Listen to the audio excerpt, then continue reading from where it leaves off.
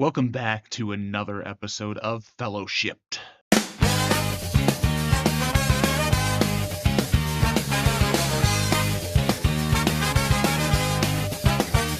Here comes a fellow strolling into the light, talking nonsense and wisdom, both in the same bite.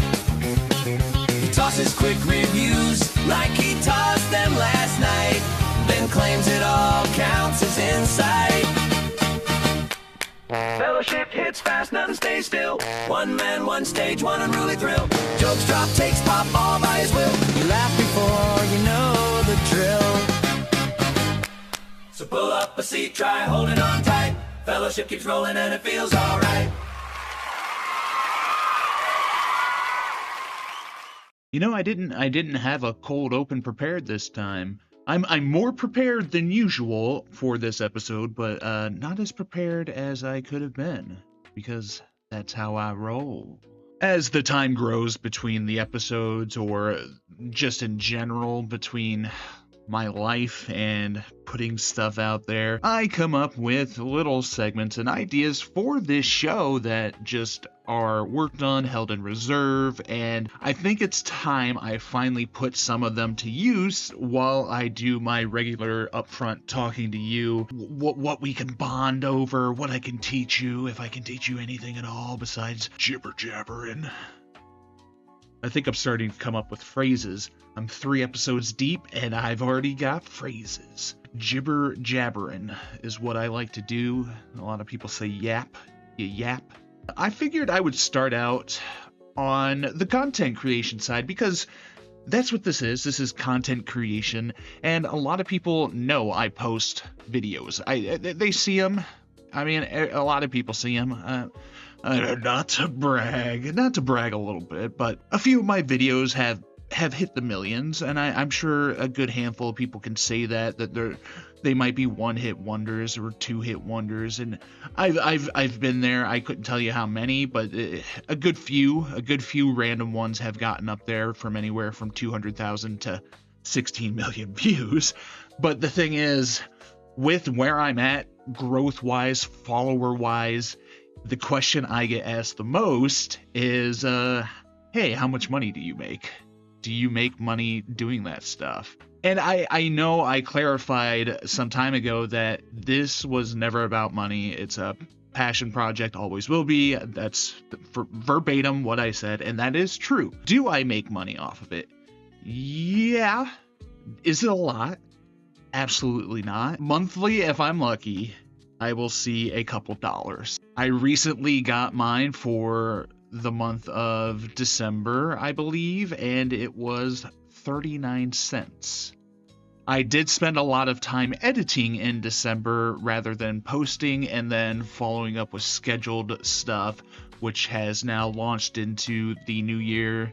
It's January when I'm filming this. I know it will be February by the time I'm posting this, and that's just the way my life's rolling right now. I'm very good at getting it all on track now, but from where I started, no, it was a rocky start when I started content creation in terms of modern day. So we're looking shortly after the pandemic, when a lot of people were at home basically doing this nonsense, and we all kind of jumped into different things. I leaned into what I wanted to, which was manga, anime, entertainment in general, just like I'm still doing. Then I grew a little bit, but I didn't get as big as other creators. But a lot of those other creators have disappeared or created problems for themselves that caused them to quit. And there's a lot of other various reasons. I mean, people have lives, people have a family, move on. This was a phase for them. That's all it was, and I can understand that. This has been a phase my whole life. Seriously, dating myself back to like family video. Do you know what one of those is? A family video was a competing competitor to Blockbuster in the Midwest. So there was about 3 around. It was Blockbuster, Family Video and Hollywood Video, I want to say. I feel like Hollywood Video is the name. And those were rare, definitely not around where I lived, but I feel like when I was down south, that's where they were. Those are the three big things that used to exist where you would rent movies and whatnot. Family Video would have a section for kids where you could just have them for free. They were for free. And I think I rented or picked out My Neighbor Totoro, and I think a lot of people know Studio Ghibli now, but back then it was a rarity. It wasn't as big here yet, because My Neighbor Totoro came out when I was born in the year of... You can Google that. I'm not telling you. I ain't telling you jack. You don't need to know how old I am doing this stuff, okay? I'm here to entertain. I don't owe you nothing, all right? So it came out in the 90s, let's put it that way. It ended up in the free movies. It was one I would rent and watch. Did I understand a lot of the underlying themes? Of course not. Giant cat bus, giant big fluffy cat looking thing. Hell yeah. I mean, that's what's for kids. I watched a lot of different animated stuff all the time. I was a Power Rangers kid. I had a lot of different stuff going on. I loved entertainment. I loved TV. That's what I was about. I mean, I wanted to live in fantasy worlds. I wanted to create fantasy worlds, and I don't think there's anything wrong with that. That's how imaginations happened, and unfortunately, I lived on the precipice where imagination died. A lot of people acknowledge the early 2000s as the next technological revolution, where technology became more accessible. It became mass produced, that every other person had a phone. By 2008, I feel like, is when everybody really had one. Before that, you had to go out. You had to, knock on somebody's door if you wanted to hang out. If you're friends, you go over to a friend's house, see if they're home, see what they're doing. Now, obviously, you send a text. Hey, what you doing? Not much. You? Sweet. You want to get online and play games? Okay. I mean, we're not going to go outside now. What? But I think you get what I mean. You get that times are different, or you don't even understand any of that. That's all foreign to you because you're already of this generation where you didn't have to experience any of that. You don't remember a time without technology being at your fingertips and being able to contact any person you wanted at any time. And I think, or rather I agree with a lot of people who have said that that's a crazy thing that the world has developed around just being able to touch a few buttons and reach out to anywhere across the world, any information, even if a lot of people are fed the wrong information because they don't know how to properly research things. There's just a lot there. So I guess I at least had an opening tangent, but I think it's better that I finally get to some of those segments I'm always talking about. I mean, I can't believe this is actually my life right now, you know? It only took over a year, but I have finally pieced together a few of my first foreign film reviews and chats about, to the point where I know what I want to do. I want to talk about it. I want to get it out of the way, say what I liked, what I didn't like, and try and keep it under so many minutes. So that way it's just a part of the show and I can have multiple different segments about different things. That way, if you're not into one type of media, you can move on to another one. So if I do a movie, you can be like, well, I don't really have time for a movie, but I do a TV show, and apparently you have time to binge a TV show. That's a whole nother argument, People can't sit and watch a 3-hour movie, but they'll sit and watch a 10-episode TV show in one night, and every episode was 40 minutes plus. Again, I'm getting off track here. But you get what I mean. And then, of course, book segments, other segments of nonsense. And I think we'll open it up because I really, really wanted to get into this is foreign movies. So let's talk about my first foreign movie, and I'm going to throw it over to me. Away we go. You mean I finally get to do it? I finally get to do them? I know we've been talking about them for a while, so this is going to be my first one. But there's more. There's going to be more. Sir, I'm afraid you've gone mad with power. So I'm here to talk about foreign entertainment. I mean, I've talked about it before, but we're gonna actually talk about movies, recommendations, and all that other nonsense in little segments and shorts, so I can keep it small. My idea is to show you a movie, talk about it, talk a little bit about it, my overall opinion, maybe show some clips if I can, and that'll be it. That's all it is. That's all it really takes, and it's just taken me a while to get around to it.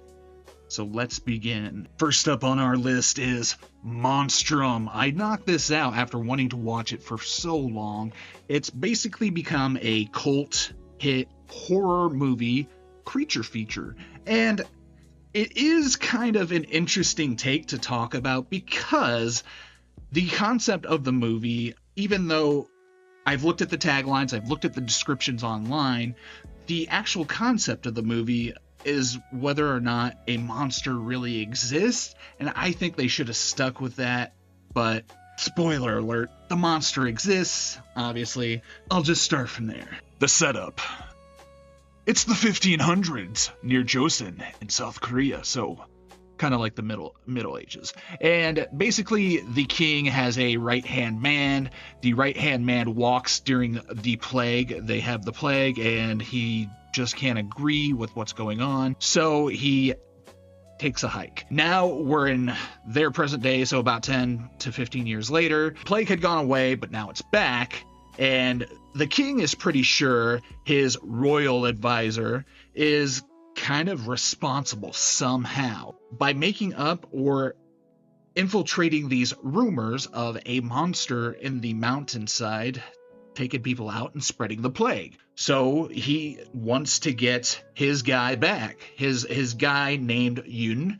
I could try and say the actor's name, but I would butcher it.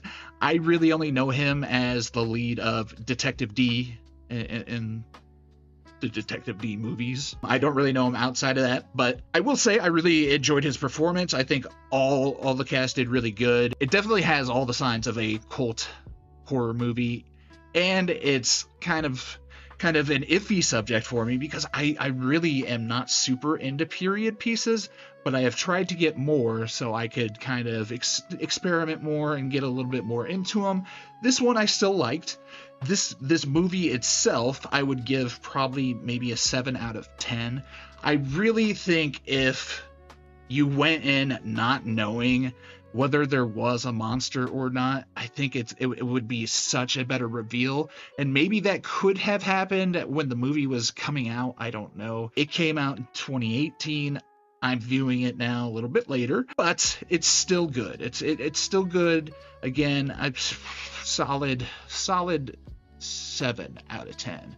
7 out of 10 for what it is. The only things I could say, it's got some good action, it's got some good performances, and the CGI isn't too bad, but I really do like the concept behind the monster and what it really became. It was kind of a cool watch, because I definitely went in with no expectations or knowledge about what was going to happen other than the little blips. The little blips is like hardly the story at all.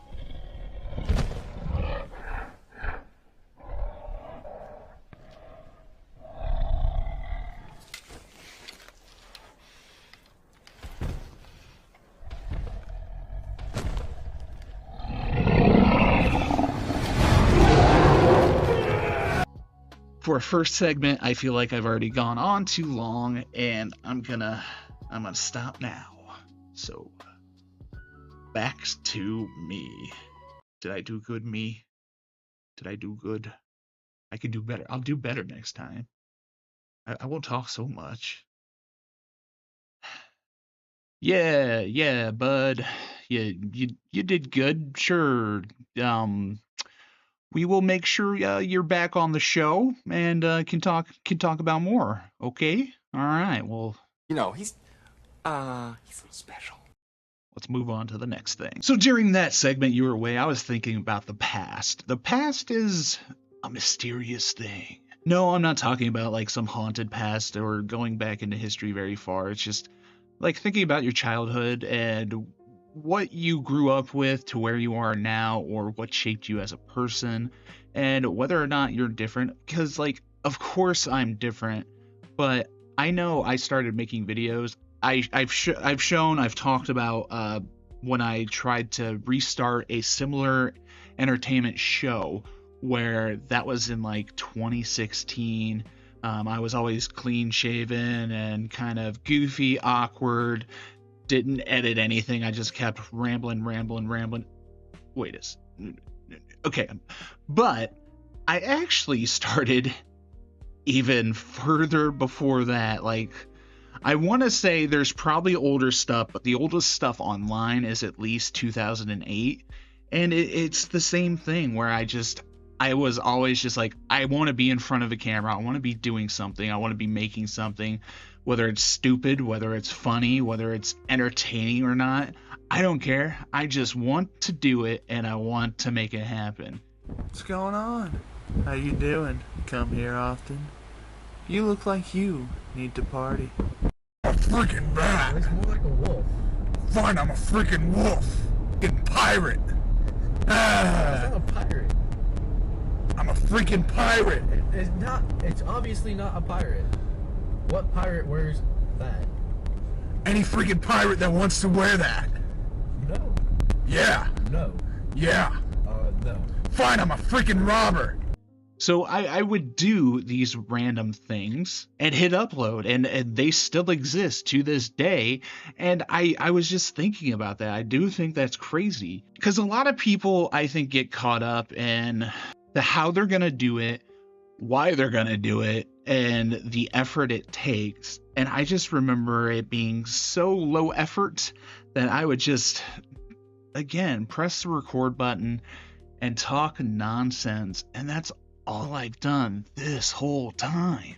Why don't you just shut the fuck up, and then I won't have to be talking all the time, you stupid idiot? This whole segment, this whole show, any show beforehand. I have no script. I have nothing in my hands. I'm not looking at anything. I mean, I'm looking at the camera, and I'm looking at my feed to make sure it goes, because if this cuts off, I'm not going to remember what I said. The only plan in this business is that there is no plan. That's the crazy part. So again, I'm just thinking, wow, I was this kid, and I know the first few videos I ever made was on a really, really bad webcam that was built into my first laptop, which I'm sure was probably an HP. I don't know. It's been way too long. But I remember carrying the laptop around to different places and recording videos, and that's what you see if you look for it. But other than that, I had a digital camera, so a micro SD card goes in, digital camera. You can record about, maybe 5 to 10 minutes if you're lucky before the card's full, because that's how big cards were then. I know I did a lot of different stuff. I did music stuff, I did entertainment stuff, I did random ass videos, and some of them still make me laugh. They're still nostalgic to me when I watch them, and I think, like, I wish I had the energy, I wish I had the time to just do more skits or like do this random crap. Like, sometimes I just have an idea and I just want to run with it. And some of them I think are truly feasible, and some of them I think are so bad that it's just like, why would I do it? Why would I do that idea? Also, it's just me by myself, which I know I can act with myself, because I've seen people choose to act with themselves. They just throw on a different hat or change their shirt, which, I do in between videos anyways, but they even, some people have made like sock puppets, and they've come up with other ways to do it while working alone. And I know I could do that, but I really think some of it deserves extra faces, because I do a lot of my cartoon segments where it's all me. I'm playing every character, every animal, every male, female in different ranges, and they're goofy, and a lot of times it's so quick it doesn't really matter, you can't tell.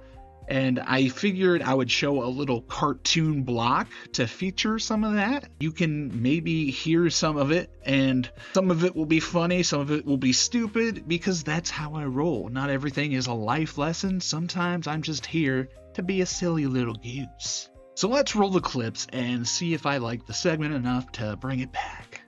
Oh, we're putting them here. Okay, I should have brought a book. I didn't know I was still going to be on screen. We'll figure that out for the next segment. Yeah, okay. All right.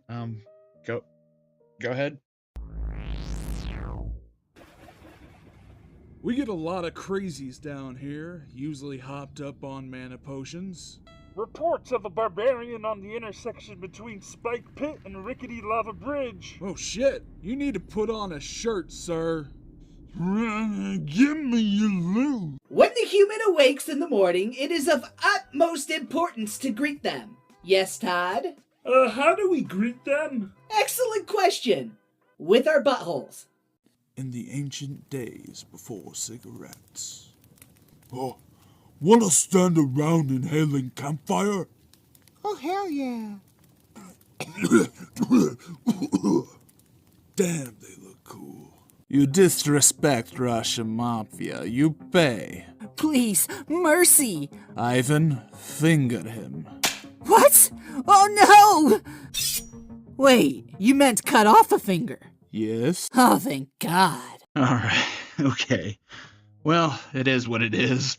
Let's keep things rolling. I think I will cut away this time, because I've worked so hard and diligently on these little segments. My next block of entertainment that I wanted to do was talk about manga, or manga, however you like to pronounce it. It doesn't matter.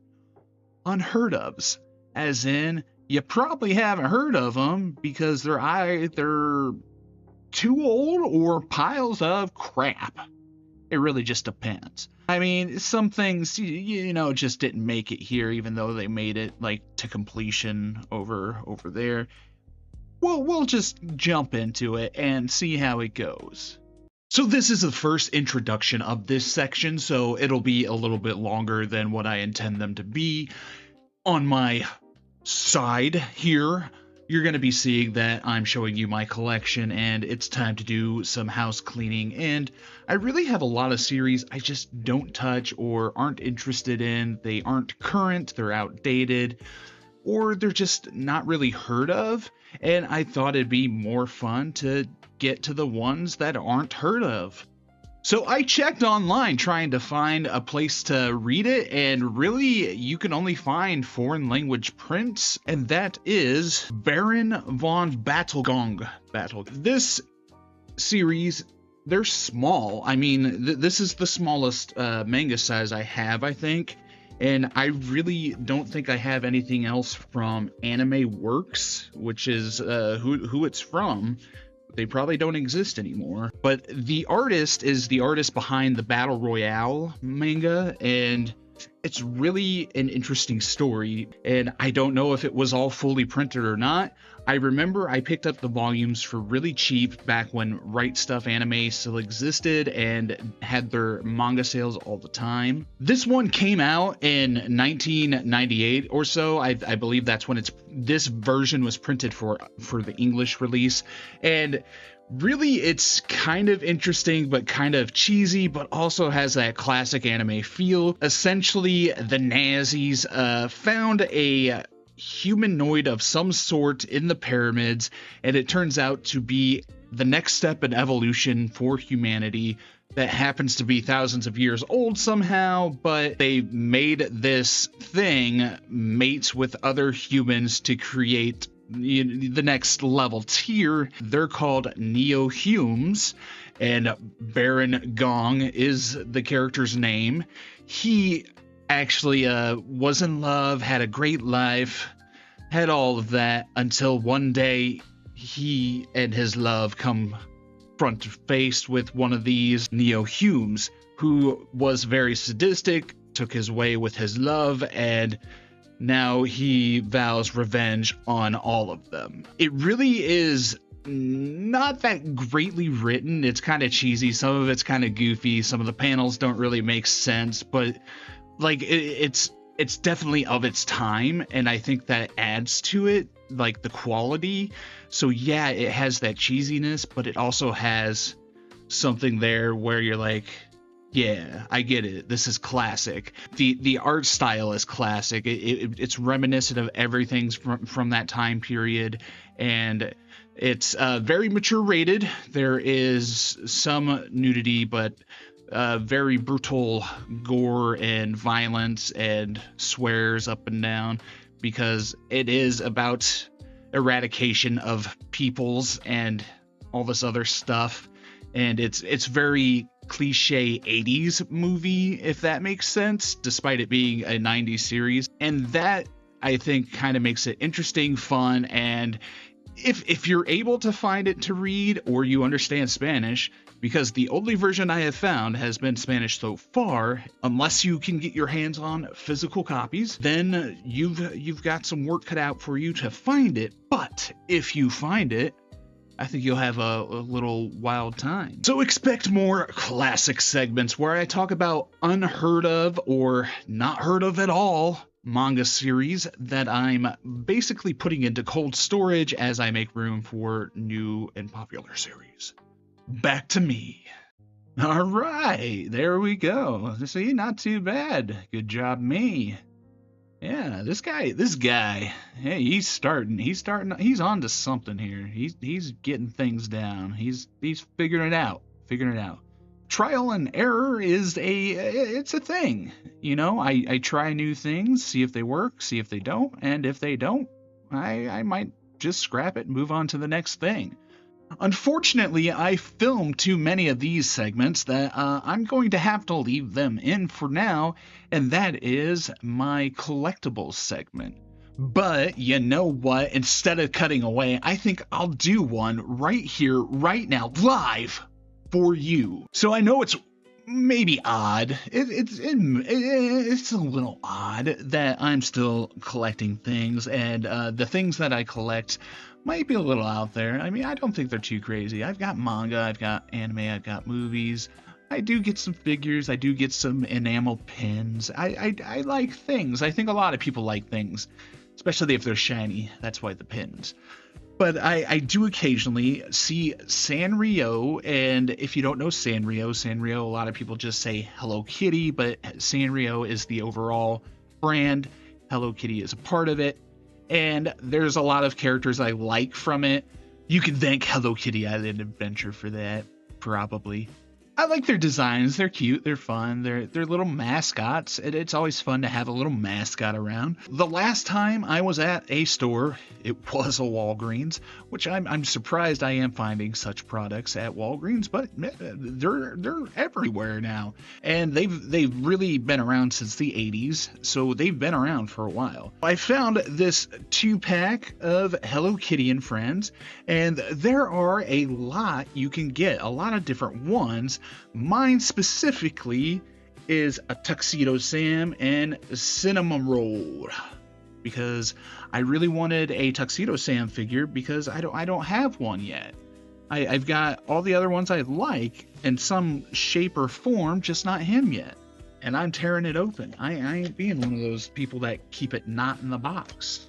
But I do like that they're all 2-packs. They all come with little accessories. So that's fun. That's fun. So first up is the Cinnamon Roll. And his little accessory, even though it's going green screen on me, is a cassette player. It's going green screen because it's yellow.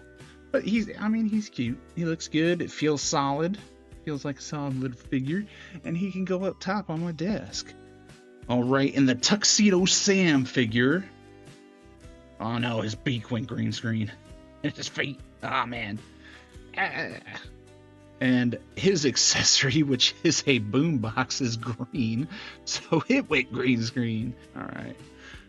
So here is the Tuxedo Sam, and it's cute. It's cool.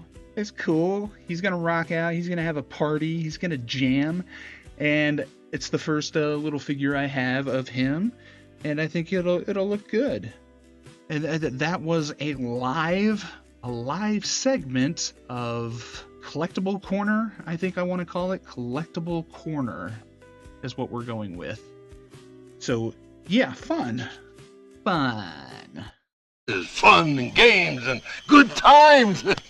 So it's time to close out what we've been talking about. What have we been talking about? I know it seems like a lot of nonsense. Why would I talk about the things I talked about, like making money or, you know, the past and growing up and not really changing the kid inside, the person I became based off of that kid, and the things I like and want to do and want to talk about? Well, it is all sort of related. It's just a matter of perspective. And that perspective can change your views, it can change how you do things. And a lot of people who aren't willing to change get stuck in the same old rut. I've been there. I've been there hundreds of times where I get stuck and I give up or I move on to a new thing only for it to happen all over again. And it's normal. I think a lot of people don't think that it is, or they think it's just the maybe depression winning. I'm just like anybody else.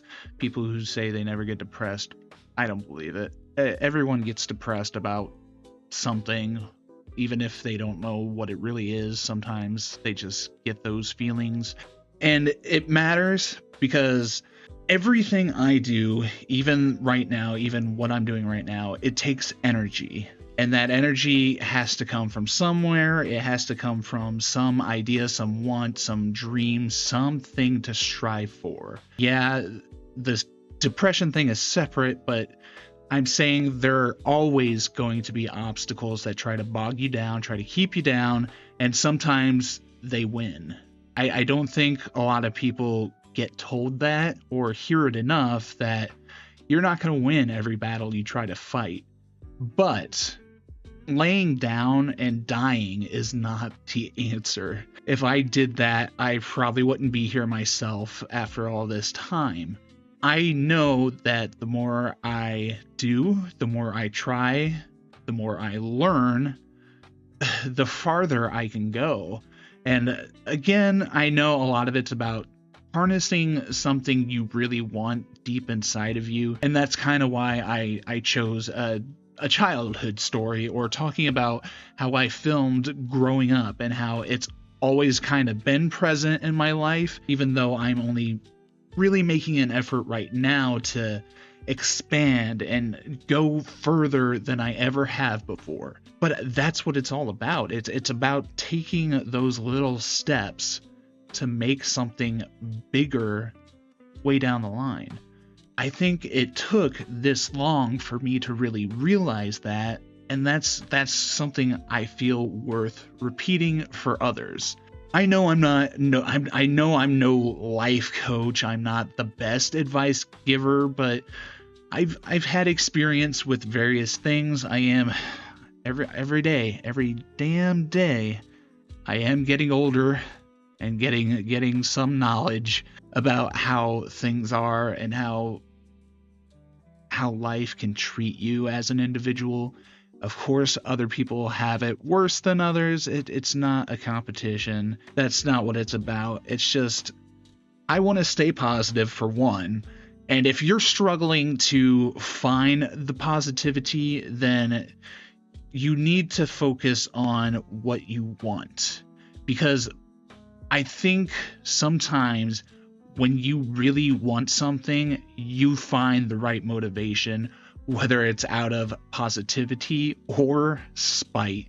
Something will come along that gives you the right push to mush yourself along to make something. I feel like I might have said something wise there. I don't know. I do get a little jumbled again, just talking out of my butt. I think most of the time I genuinely mean what I say, or try to be genuine about what I'm saying. I know what's been hard, what hasn't been hard, and I think when I start opening up and doing different segments on this, I will, take requests or questions about certain things and dedicate segments to those too. Because coming up with an opening and a closing or a middle segment where I'm just talking and trying to either teach you something or tell you a story, with no guidance can be kind of odd and unfamiliar if you're just like, well, I don't know why I'm even listening to this guy right now. And I get that. I understand that. That's why when I started this, I'm like, I wanted to provide entertainment. I want to guide you towards entertainment you can access and watch, read, play, whatever. But between those parts, I want to offer advice. I want to talk about my experience doing this and how easy it is for you to chase after whatever you want to chase after. I'll let you sit and ruminate on whatever those things might be until next time, where I'll hopefully have some more thoughts, some more wisdom, some more ideas that can still rummage around in your brain and give you other ideas, other things to run with, or things to watch, things to read, things to play, fun stuff. I'm sorry I got serious there at the end. I sure hope there's not like some serious end credits or something that's gonna play after this. Oof.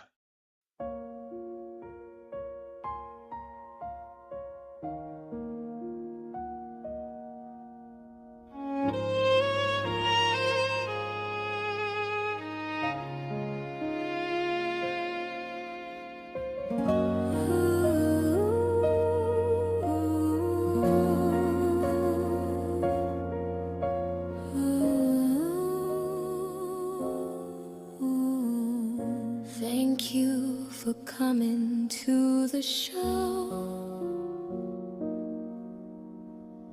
It's sad to say, but it's time to go. But we'll be back before you know. So you take care, my dear fellow. We really hope you enjoyed your stay. We want you to know you made our day. When friendship and community are in play, there's no one else we'd rather share with the stage. Thank you for coming to the show. Coming to the show. It's sad to say, but it's time to go. It's time to go. But we'll be back before you know. Back before you know. So you take care, my dear fellow.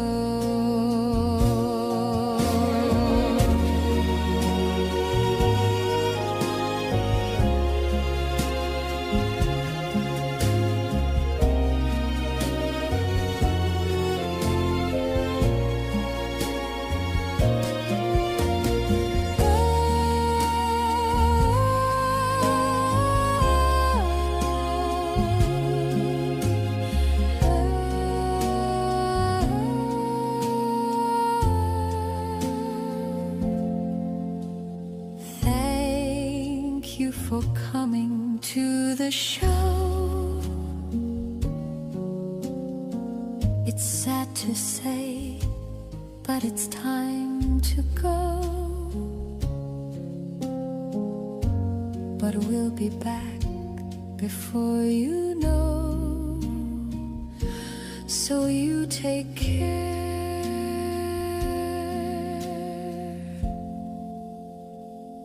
my dear fellow.